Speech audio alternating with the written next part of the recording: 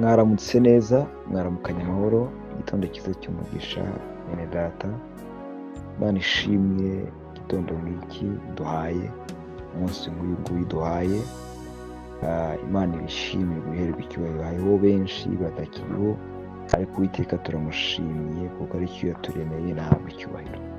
Hanyuma tujya kuganira ijambo ry'Imana, ni umurongo umwe gusa muri Bibiliya. Turasoma, ariko mbere y'uko dusoma reka tubanze dusenga Imana, hanyuma twumve icyo Imana itubwiye mu ijambo ryayo, twumve icyo Imana itubwiye uyu munsi. Imana urera, urakomeye, urakwiye kubaho ibihe byose. Ishimwe ni iryawe iteka ryose. Ushimwe ibyaremwe byose, ni wowe wabiremye, umwuka bihumeka ni wowe wabiwuhaye. Duciye bugufi rero turi imbere yawe kugira ngo wubahwe, izina ryawe rishimwe ibihe byose. Dutunganye muri byose, kandi amazina yacu yandike mu gitabo cy'ubugingo. Umuntu wese ukwizera yaba ukwizejwe no kumva ijambo ryawe, uwo nguwo umuha agakiza kawe, kandi amazina ye aguye mu gitabo cy'ubugingo.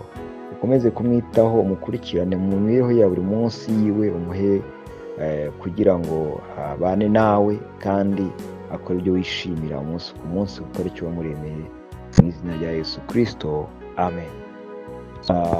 Ijambo tugiye gusoma ni mu Baroma ibice 5 umurongo wa 18.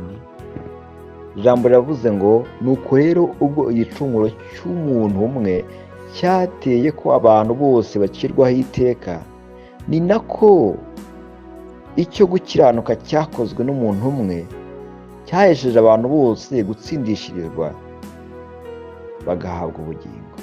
Ijambo riravuze ngo, nuko rero ubwo igicumuro cy'umuntu umwe cyateye ko abantu bose bacirwaho iteka, ni nako icyo gukiranuka cyakozwe n'umuntu umwe cyahesheje abantu bose gutsindishirizwa bagahabwa ubugingo.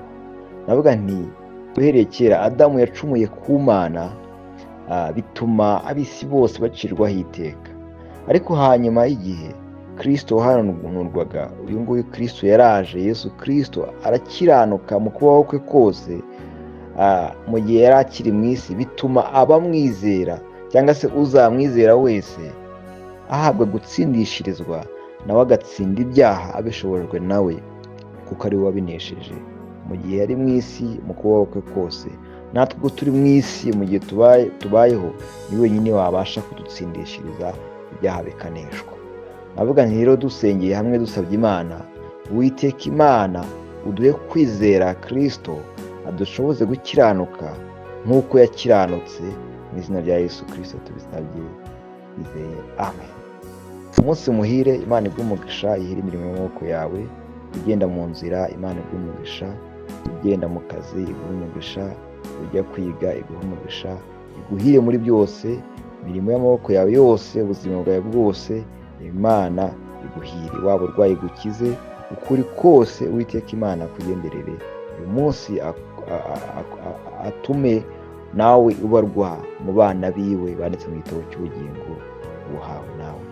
Ubwo azahamagara amazina yawe bose, nawe izina ryawe rizumvikanemo, mu izina rya Yesu, amen. Umunsi mwiza.